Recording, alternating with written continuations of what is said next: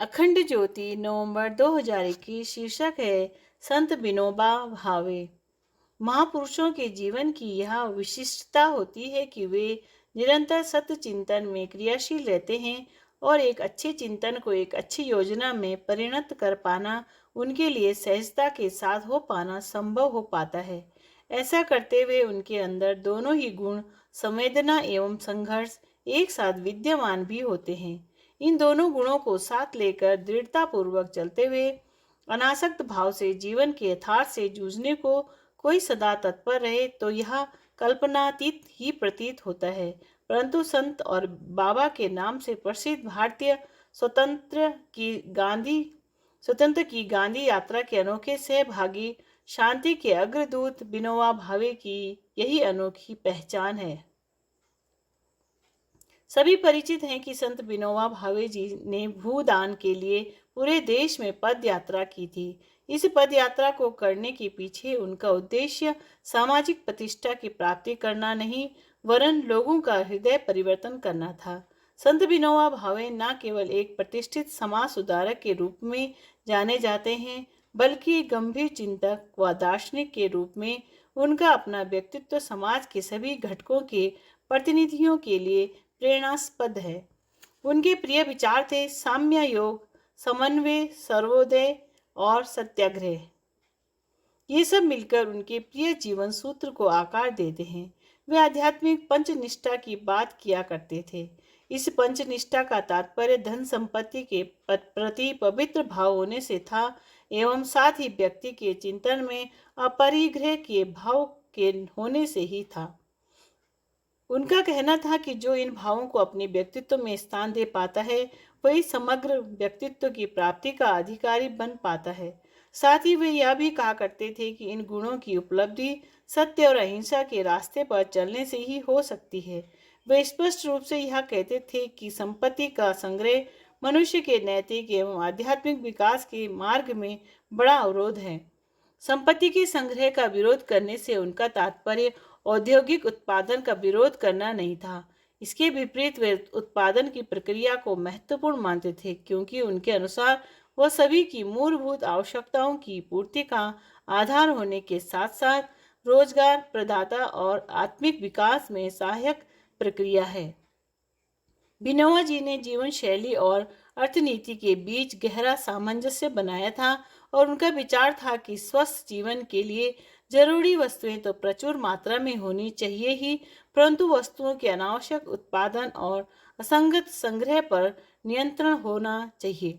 वे कहते थे कि लोभ और संग्रह सुख और शांति की प्राप्ति के मार्ग में सबसे बड़े अवरोध हैं। इस दृष्टि से उनका चिंतन एक आध्यात्मिक मनोभाव को लिए हुए था, जिसमें सामाजिक विकास का पथ भी व्यक्तित्व के रूपांतरण से ही प्रशस्त हो पाता है।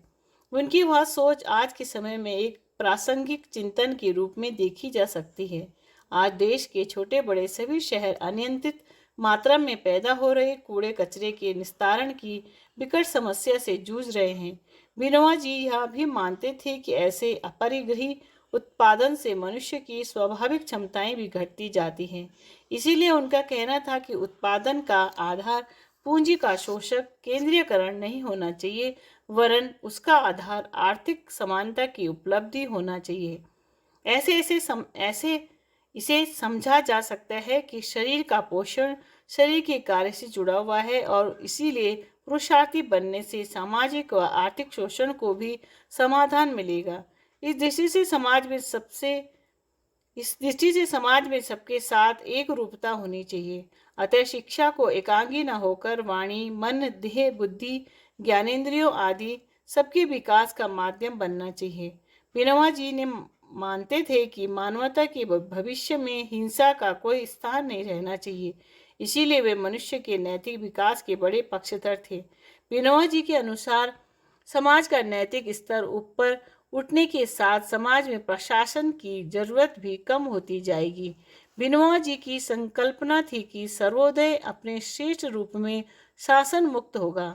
आदर्श के मूल्यों के लिए समर्पित विनोबा जी कहते थे कि सम्यक आचरण, सम्यक वाणी और सम्यक विचार का परिपालन ही सत्याग्रह है। वे कहते थे कि परिपक्वता आने के साथ आत्मज्ञान और विज्ञान के तत्व धर्म और राजनीति का स्थान ले लेंगे। उनका कहना था कि सत्याग्रही होने से ही व्यक्ति सत्याग्रही बनता है।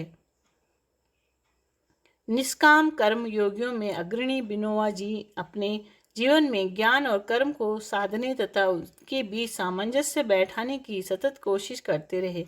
ईश्वर प्रणिधान और आध्यात्मिक जीवन को अपने निजी अनुभव में लाते हुए बिनोवा जी ने साधु जैसा जीवन जिया और समत्व योग में अवस्थित रहे।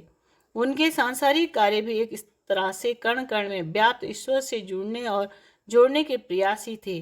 गीता और उपनिषद के साथ कुरान और बाइबिल के साथ अनेक भाषाओं और लिपियों को समझने की उनकी अनथक कोशिश ने बिनोवा जी को एक ऐसी अभूतपूर्व प्रतिष्ठा प्रदान की जिसकी प्राप्ति अन्य किसी के द्वारा कर पाना संभव प्रतीत नहीं होती है।